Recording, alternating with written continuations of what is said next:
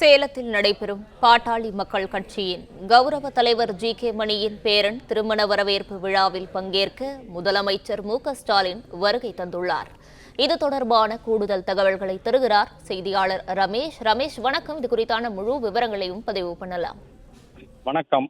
பாட்டாளி மக்கள் கட்சி கௌரவ தலைவர் ஜி.கே. மணியின் மைத்துனர் தன்ராஜ் இல்ல திருமண விழா சேலத்தில் தற்போது நடந்து வருகிறது. இதில் தமிழ்நாடு முதலமைச்சர் கலந்து கொண்டிருக்கிறார். பாட்டாளி மக்கள் கட்சி கௌரவ தலைவர் ஜி.கே. மணியின் மைத்துனர் தன்ராஜ் மகன் சேது நாயக் திருமண வரவேற்பு விழா சேலம் சூரமங்கலம் அருகே உள்ள வரலட்சுமி திருமண மண்டபத்தில் தற்போது நடந்து வருகிறது. இதில் தமிழ்நாடு முதலமைச்சர் மு.க.ஸ்டாலின் கலந்து கொண்டு மணமக்களை வாழ்த்தினார். இதற்காக அவர் விமானம் மூலம் காமலாபுரம் விமான நிலையம் இன்று பிற்பகலில் வந்தார். அங்கு அவருக்கு உற்சாக வரவேற்பு தரப்பட்டது.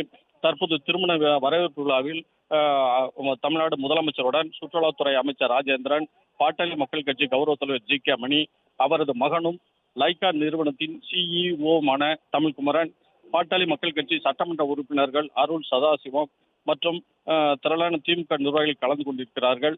இந்த நிகழ்ச்சியை முடித்துக் கொண்டு முதலமைச்சர் கார் மூலம் கோவை செல்கிறார். அங்கிருந்து சென்னை விமானம் மூலம் சென்னைக்கு செல்ல உள்ளார்.